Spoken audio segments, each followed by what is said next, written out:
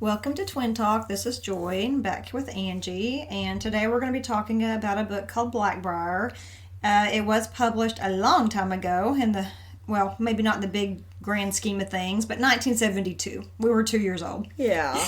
Angie, when I say Blackbriar, what comes to your mind? Oh, heck, I guess I messed up your podcast because I mentioned that It's earlier. okay. Sorry. We talked about it in our last podcast, but that's okay. We didn't talk about... Yeah. And we did a little, but let's just repeat. Okay. What comes to your mind? So what came to my mind when you said Blackbriar was I always associate that book with you. And because it seems like you really liked it as a teenager, and it seems like sometimes I occasionally see it on your bookshelf, maybe at home, or I feel like you've owned the book for a long time. Is that right? Here's the thing, and this is where my memory's going. It seems like I did have a really old, beat-up copy of it forever, but I can't find it. And I ordered a new book, and it has a different cover art and everything a few months ago and reread See, it. and here's another thing. I also associate another book with you, The House on Windy Hill. I forgot about that. Yes. So I think I might actually be confusing, and I know the titles sound nothing alike, but for some reason I'm thinking... Yes, that's one of my all-time favorite children's books. Okay, The House on... Is that yes, the name of it? The House on Windy Hill. And now that I used to dream of having a house on Windy Hill. I love the book so much. Do you still own that book? No, I don't think so. So. And now that you've said that, I want to read it to Olivia. Okay, I love that book. And I love your idea. I don't think we've mentioned this yet on any of our podcasts, but Joy has talked several times about how she would love to go back and do some podcasts on books we read as children or even as teenagers, which a lot of the ones we've read... And I want to call it Throwback Thursday. Yes. Just older books that we read as kids or even in junior high. Yeah, we even thought about school. doing like kid books. Like we both loved Oscar the Grouch. Yeah, and Casper the Friendly Ghost. Yes. We should just do a podcast just on children's Gus books. the Baby Ghost. Yeah. So we have both talked about doing that. But, Joy, a lot of the books we've read, like Outsiders, we did read as teenagers. Yeah. So are you thinking more of when we were kids? When I say Throwback Thursday, I just think vintage, like something we read in the 70s or 80s. Oh, cool. It's kind of my time frame. And maybe Joy, not really 90s because we were older then. And don't you occasionally go online and buy books that you knew we owned that we don't no longer own? That is one thing, and I'm sure a lot of people who listen to this podcast probably do the same thing. What I love to do is take my favorite books as a child, or like I said, middle school, junior high, even high school, even college. And if I don't own the book, I'll go and order it off of eBay or Amazon or somewhere. That's so cool. So if you ever do that in the future and you can get a book for fairly cheap, go ahead and get me one too. All right. I'd like to have copies. And this is kind of freaky. This is another twin thing, but sometimes, and I know this is going to sound weird, maybe there's a psychiatrist out there who can answer this, but sometimes Joy and I will have a memory, and I'll swear that it was this certain thing happened to me, and she thinks, no, that was me. Whatever the memory was, we both swear up and down that wasn't you, it was me. It is strange. And it happens a lot. It's kind of unsettling, too. It is. To think, 100% in your mind that an event or something happened to you, and then you have a twin sister who's saying, that wasn't you, that was me. Yes, and I feel the same way. I'm 100% sure it happened. Or we'll say, well, I know you said that when we were this. No, you said that. It's very unsettling that we both have these same memories, but we don't know which memory it actually belongs to. We don't know which one that actually happened to, or experienced it, or said it, or did it. And so the reason I said that was to say this, and this really isn't, this is actually very plausible. This could have happened. We both have the same memory of a book or a story that we read in a reader in grade school, and I was telling Joy, I'm glad you brought this up because I thought about bringing it up. Oh, okay. I already know what you're going to say. The raccoon book. Okay, so there was a story in one of our readers, and I'm guessing we was in around second grade. Yeah, this is a literature book that we had in... It just would have been it's like McGraw-Hill, and I was going to tell you, I'm almost sure the publisher was McGraw-Hill because I've been doing some research. Really? Okay, so we were in grade school, very young, I think around second grade, and there was a particular story about a raccoon. And the pictures in it were so vivid that to this day I remember the pictures, I remember parts of the story. It was about a raccoon that was getting in. These people were camping in a cabin or something, and this raccoon kept getting in their food, but they thought it was actually a ghost, or they could not. It was a mystery. It was a mystery. This raccoon was a mystery. And at the end, we found out it was a raccoon. Yes, and what's crazy is that Joy, when I mentioned this story, or vice versa, I don't know who brought it up first. The other one was like, I've often thought about that story, and we've searched and searched and tried to. There's even a site where you can ask the members, the readers, help me find this book. Really? And I'm almost sure I put it in there. Okay. Same thing. It's about a raccoon from our childhood, blah, blah, blah. I never got a response. There was something about the story and the pictures that captivated me. It was the illustrations and the story. Yeah. So what I was going to tell you, and I don't know if I've told you this yet, I did some research, and there was a book called Robber Raccoon. And I ordered it. It's from the 70s. And I got it in the mail. And as I looked through the book, I'm like, this isn't it. Okay. Because it was more of a black and white book. Yeah. And black and white illustrations, Yeah. And it didn't have the colorful pictures that I remember. And so you have I don't know what happened. I think we were in a wreck as juniors. And I blame that every time. But Joy has a really good memory. Well, I got the sense knocked out of me in that wreck. I mean, we actually were in the back of a truck that flipped out into a field, and I was lucky we're alive. Yeah, and I had a very bad concussion. To the point that I was going in and out of consciousness. Yes, and she was in shock. And I was in deep shock. So anyway, every time I didn't know you were going in and out of consciousness. I was. I would remember. I would scary. see people standing around, and I would have no memory of what happened next, and then I'd have a memory of what happened after that, and then I don't remember. But you always have such a good memory. But yeah, I can't remember names. I can't remember. Like I just lost a pair of glasses while ago, reading glasses. I swear, I had them.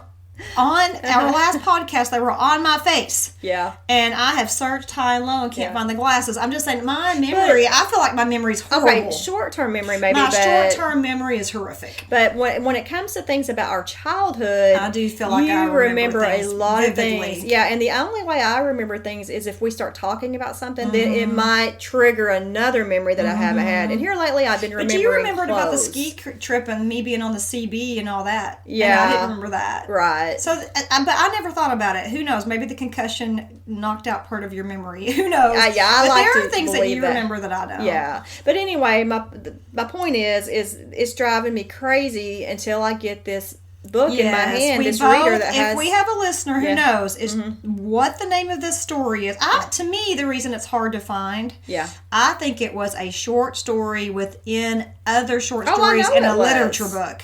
So we need to know the name of the literature book, not the name of the story. Well, we need to know, because when you search, I have searched high and low, and I put in the keywords raccoon and I have to. children's literature. You're going to come up with the name of the book, not the individual stories within it. And I think they were called readers. Yes. Okay, like it would have been called like a primary reader or something like that. I think you're probably right. But I have ordered several off of eBay. Okay. They're the McGraw-Hill. All the covers look very familiar to me. So did you look at the table of contents before you ordered? Okay, here's why. eBay people, listen to me.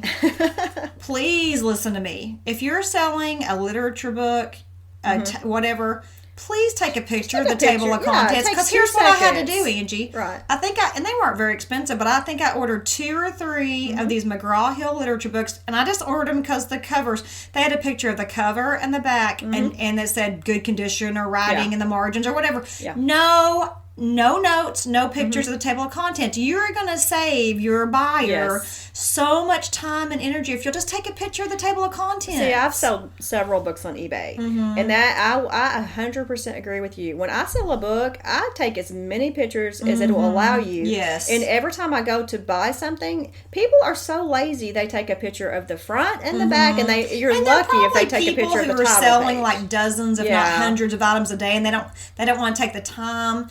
But I'm telling you, you could probably sell more of these books if people knew what was in them. Exactly. And I even Googled, okay, well, they're not going to show me the table of contents. So I Googled table of contents for whatever the name of the literature book was. Yeah. Could not find it. And you know, cannot find the table of contents. You know what, though? The more I've learned as the longer I lived, I'm learning a lot of times these resources are out there when you're trying to find a hard to find story or book, but the problem is you don't know where that site is. You don't know what it's called. You don't know where to search for it. It's information overload. Yes. You get thousands, if not millions, sometimes of hits on a keyword or phrase. Just in the last... And wading through all that information. And that's part of what being a librarian is, media specialist, learning how to do these searches, how to phrase things and do the and or the all that to weed out all of the junk. Just in the last few years, I've learned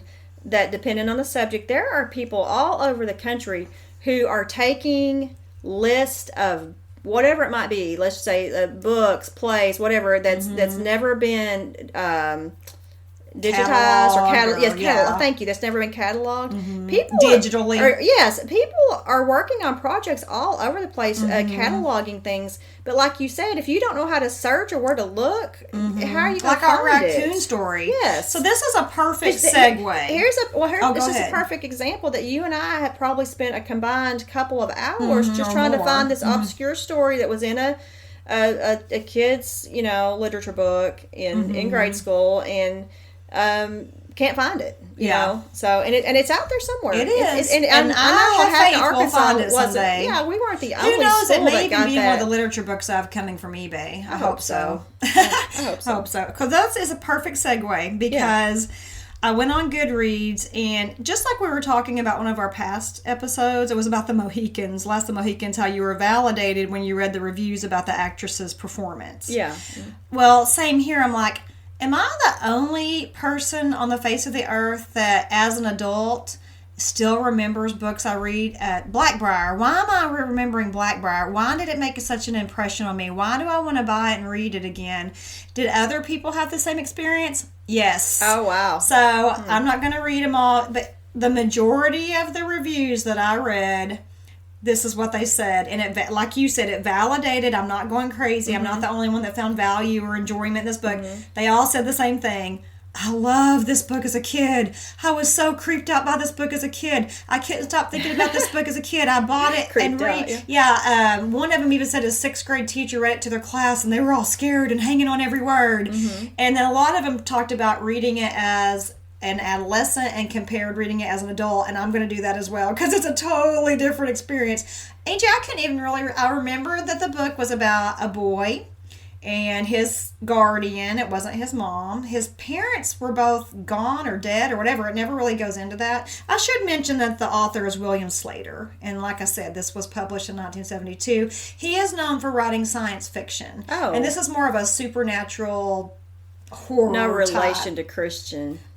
It's spelled Sleator, and I think his is Slater, but I'm not sure. I think so. Yeah. Anyway, it's a coming-of-age book written by William Slater in 1972, and here's the summary. I'm sorry, I'm getting ahead of myself. What I was going to say was, I was like, okay, I remember it was called Blackbriar. I remember it was about a boy, and I couldn't remember his name, but his name's Danny. I knew he had a guardian, and they moved from London, the bustle, big city, go, go, go. And then they moved to this old, very old cottage in the English countryside, but it has a history. Oh, I didn't know this was set in England. Yes, and that's what I tell you. You're already piquing my curiosity. It's set in England in the countryside, and they have bought an old Land Rover that they named. Was this an English author, do you think? No. Okay. I don't think William Slater, it says he lives in Indiana or something now, so I don't think he's English. But that's interesting. Okay, so here's the summary. In the attempt to decipher a number of strange events after he moves into an old cottage, a boy discovers a group of English folk engaged in devil worship.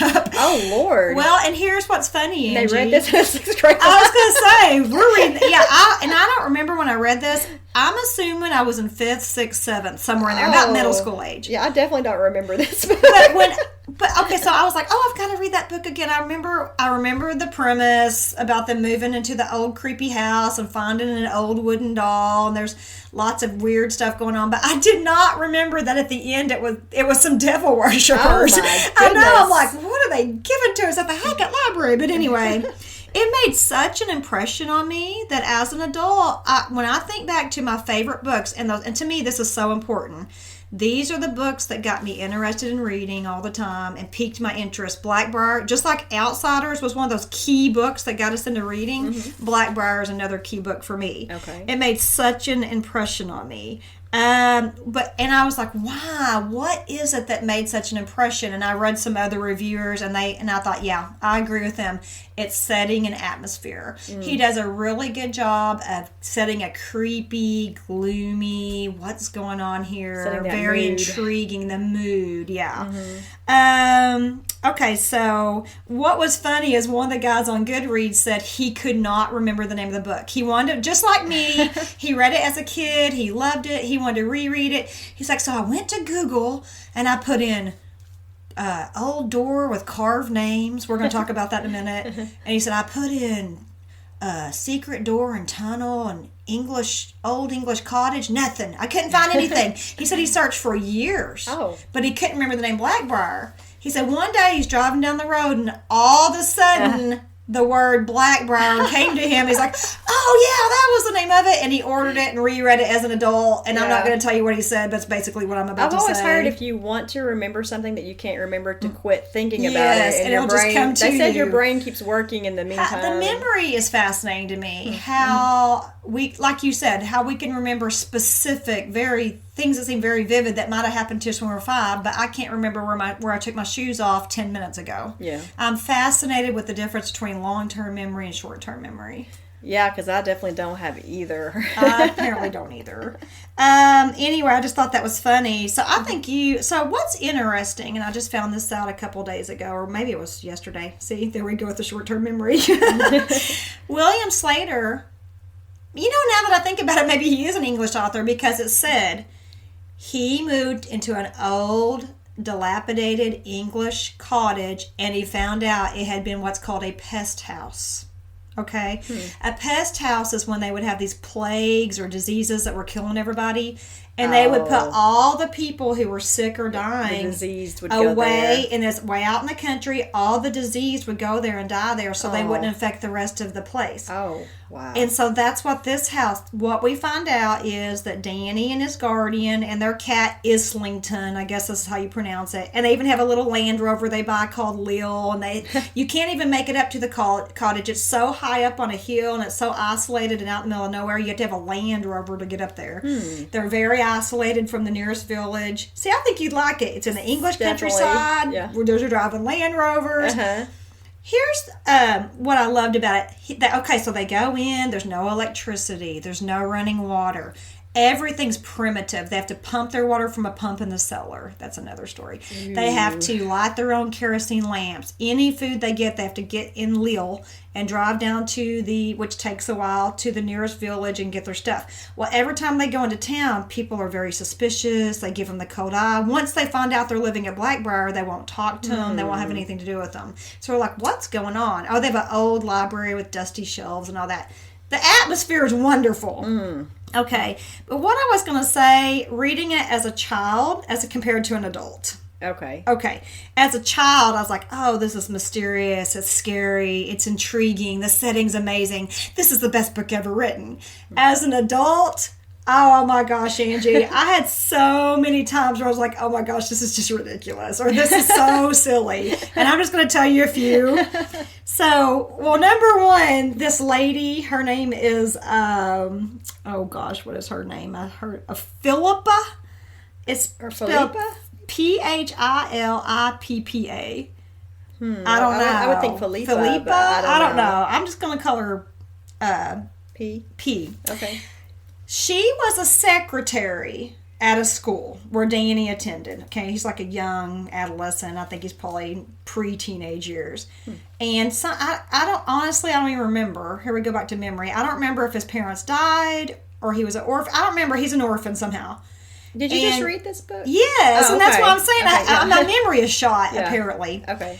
Or they never explained in the book how he became an orphan. It just said he didn't have parents, I think. Maybe they just didn't. I don't think they went into how he was an orphan. Okay. Anyway, he has a guardian of the state. He's like a lawyer, and he's his legal guardian. He takes care of his trust fund, his money.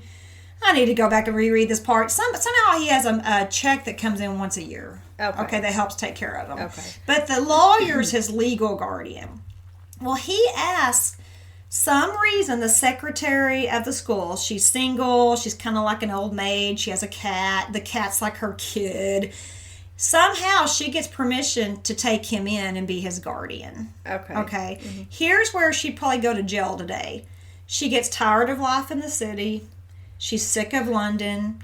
She pulls him out of school, and she sees this advertisement for Blackbriar that's real cheap. Gee, I wonder why it's so cheap out in the middle of the country. She just wants a new life. She pulls Danny out of school, and they go. Well, today, she's not his legal guardian. Today, she could go to jail for that, right? She doesn't tell anybody. She pulls him out of school. Now, she makes him study, and he goes to the library and gets books and stuff, and she makes him study, but he's not in school. Today, that would be truancy.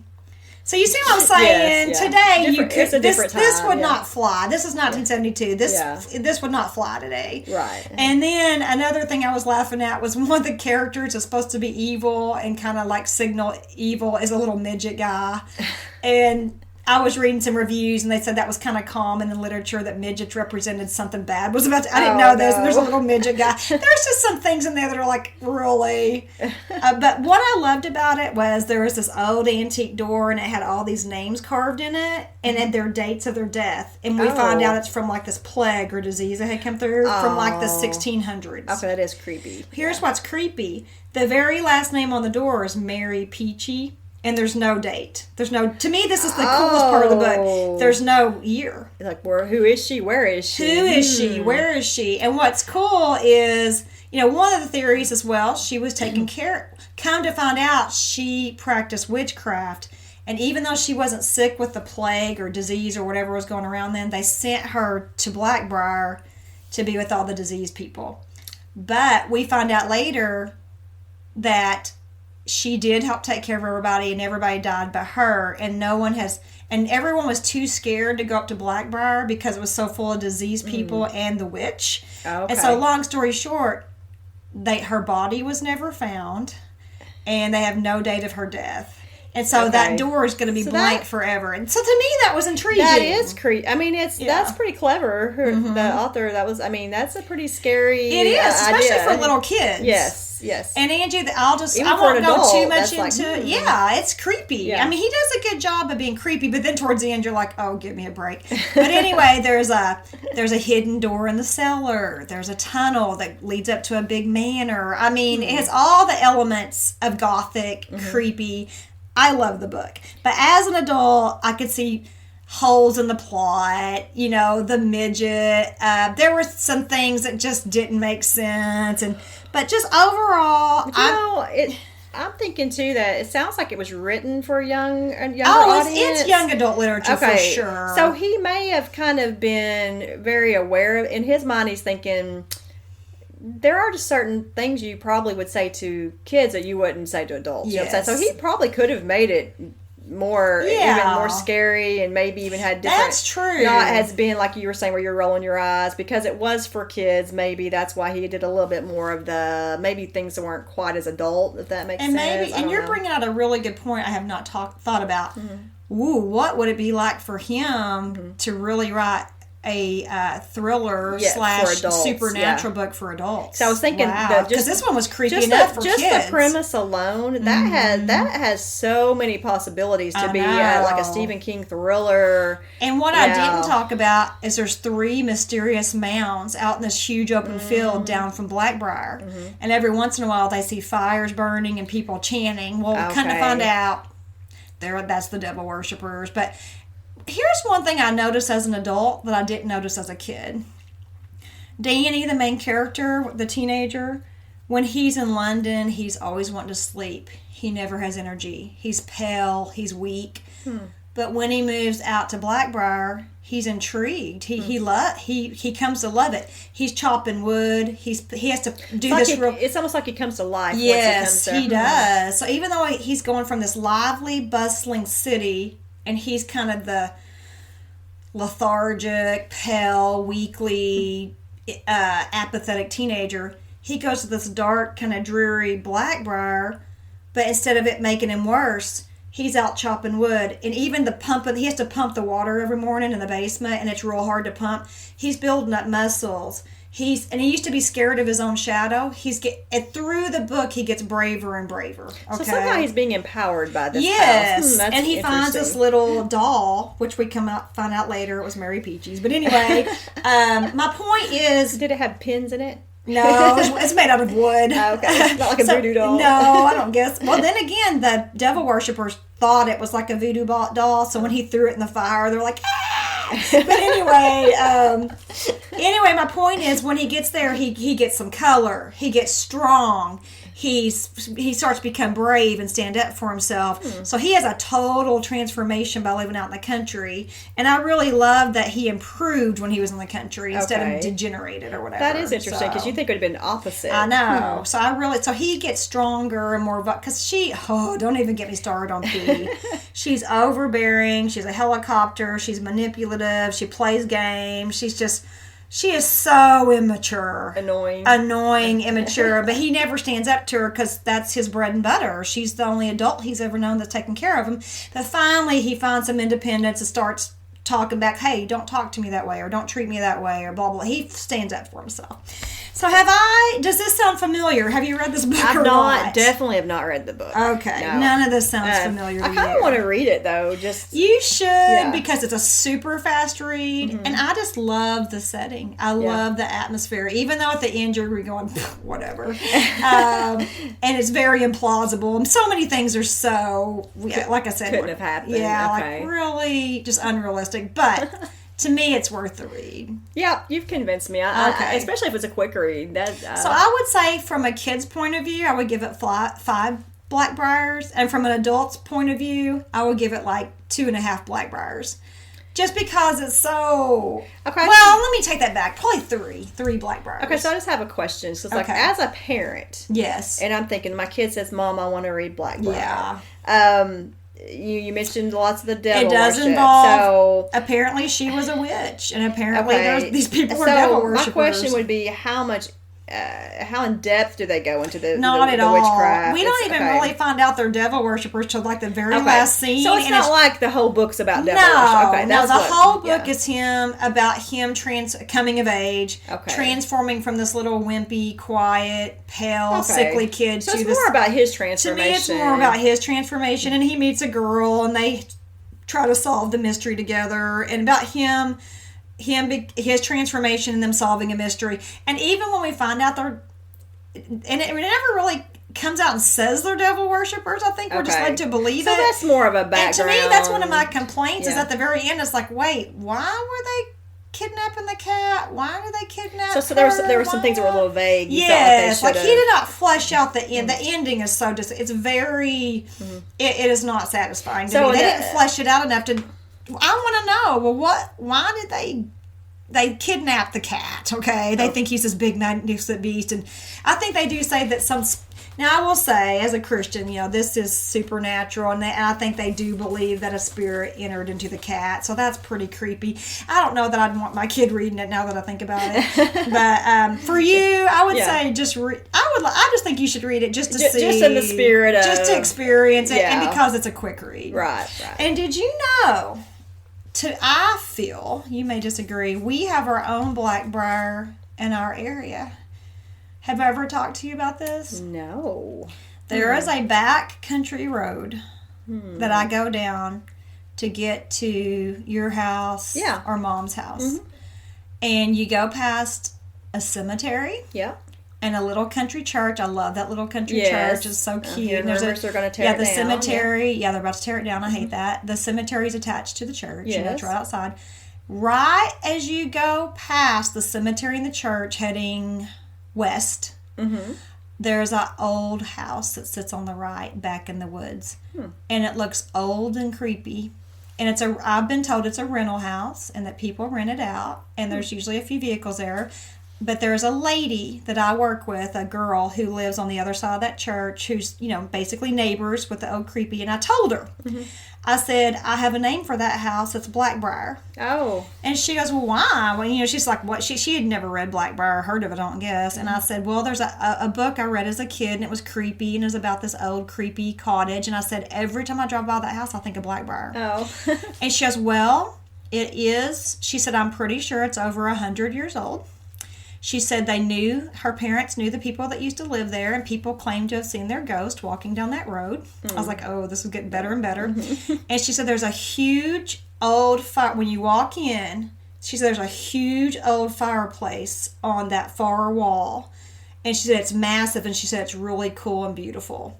And I thought, now I need to get a realtor and see if I can find the address and look it up. But I thought that was cool that the house that reminded me of Blackbriar really is old and creepy and has some ghost stories around it. Oh, I thought you were going to say she said it was used for, like, 100 years ago when there was, like, an outbreak of the flu or something. No, I was like, really? That'd be really coincidental. Yeah, but I just think it's kind of cool that every time I drive by that house, I'm like, there's Blackbriar. Oh. So next time you drive down that road, do you know what I'm talking about? I know the church and the cemetery, but I can't picture the house. Yeah, so next time you drive, and this is funny, not funny, now that I think about it, who was one? Remember that day I had the wreck? Yeah. It happened right before that house. Ooh. I just thought of that. I was driving, and I just looked down for a split second, and I don't know why, I went off in the ditch and hit a metal pole in a mailbox, and it ripped down the whole side of my vehicle. Pretty much destroyed your car, yeah. Pretty much destroyed my car, which my car is ancient. It's a 2000 or 2001. I always forget. I got the estimate for how much it would cost to have it fixed, and the estimate was $5,600. I looked on Kelley Blue Book, and the vehicle's only worth at the most like $2,800 to $3,000 in bad condition. So, and of course, I only had liability because I was like, oh, this is an old vehicle, and if I'm ever in a wreck, it won't be my fault. And I only had liability, So poor Joy, when you see... So there for a while, I had wires hanging out. When you would see, I would pass her sometimes in Greenwood or wherever, and she looked like Mater off of Cars, and her little side mirror was dangling, and I think the mirror got knocked off. There was wires hanging out. Oh, there were wires. And I said, I hope I don't get caught in a lightning storm. I'll probably light up my car. There was just like 4th of July. various pieces hanging off, and kind of the front light was hanging off. There was just various things that were hanging on by a thread, and I just felt so sorry for her. And to this day, it looks better than it did. But it's sad. It's a sad little car. It brings sympathy from the average onlooker when they see you drive up. I know, I used to be that person like, oh, bless her heart, she has saran wrap over the window. Now I'm the one with it. And then you and your husband decided it'd be a great idea just to pass that car down to his daughter. Yeah, I said if she ever needs a vehicle, she can drive this while she looks for something else. Yeah, yeah. But my husband and his friend, we ordered a mirror off of eBay, and we did put the side mirror on, and they like epoxied in the light that was hanging out, so it doesn't look as bad. No, it looks better. But I'm sorry. It's I'm just still giving you a hard time. and it has 173,000 miles. It's a sad little thing. And I'm looking for new cars, but they're so expensive, and I'm such a tightwad, it could be a while till I get one. That's too funny. Anyway. Well, we got lots of things in on this podcast. I know, we did. Yeah. So, okay, so do you think you'll read Blackbriar? Yeah, I actually do. Okay, yeah. I don't think it would be a waste of your time. No. I think just the setting and atmosphere alone, you'll enjoy it. Yes, it actually sounds like something I would have really enjoyed as a teenager, especially. Yeah. Okay. Yeah. Okay, was there anything else you wanted to say before we wrap things up? Yeah, I'm getting ready to do something a little different when we get off of here. Okay. I'm going to record. After I read Less of the Mohicans, at the very end of the book, there was a little section called What is a Classic? Mm-hmm. And it's like 4 or 5 pages long, but I read it, and it was really, really interesting. I'm curious to see what classifies as... I'm embarrassed to admit this because, I taught English for several years, and I taught a few classics, and I couldn't really give you the definition of what a classic is. Yeah. To me, it's something that endures the test of time. Yeah. Does it talk about that at all? Yes, was one of the first things it stands says. the test of time, has memorable characters, and I would guess that good writing, and I would guess another qualification would be it has to make some moral point or teach some moral lesson. Or I know that's more like a fable. I was just reading through it again because it's been a while since I read it. It didn't say that, but I'm not quite through. But anyway, because it seems like every classic I've ever taught, there's always some major moral lesson. I know that sounds like a fable, but there's usually some life lesson that can be learned. Yeah, and that could be part of it. I don't know. Anyway, so I'm just gonna record myself reading what is a classic, and I was telling you earlier, I don't know that anybody will want to listen to it, but I do. I want to listen to it. If you're like me though, and you actually like classics, matter of fact, I read a quote the other day that I told you, and it said a classic is a famous book that everybody says is really good, but no one actually reads. Yes, I love that. Yeah, I love that quote. It's actually summarized better than what I just said. But anyway, I'm just going to read what is a classic, and just for those people who don't read classics and they think they're a waste of time, that maybe this will change your mind. Yeah. Good. You'll have one listener, at least one. Oh, awesome. I'm going to listen to it. Awesome. Joy's going to listen. Well, thank you guys for joining us. We appreciate anybody. We know time is valuable. We appreciate all of our listeners who take the time to listen to us. We just enjoy this so much, and we hope you enjoy it as much as we do. And we will see you next time on Twin Talk.